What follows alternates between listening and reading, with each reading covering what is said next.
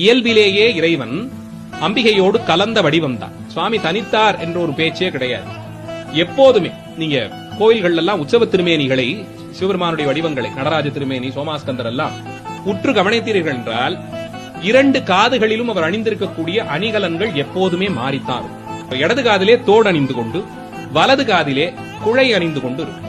குழையது ஆண்கள் அணிவது, தோடு பெண்கள் அணிவது. ஞானசம்பந்த பெருமானுக்கு முதல்ல அந்த இடது பாகத்தை தான் காண்பித்துக் கொடுத்தார். அதனால்தான் தோடுடைய செவியன் அவர் பாட ஆரம்பிக்கிறார்.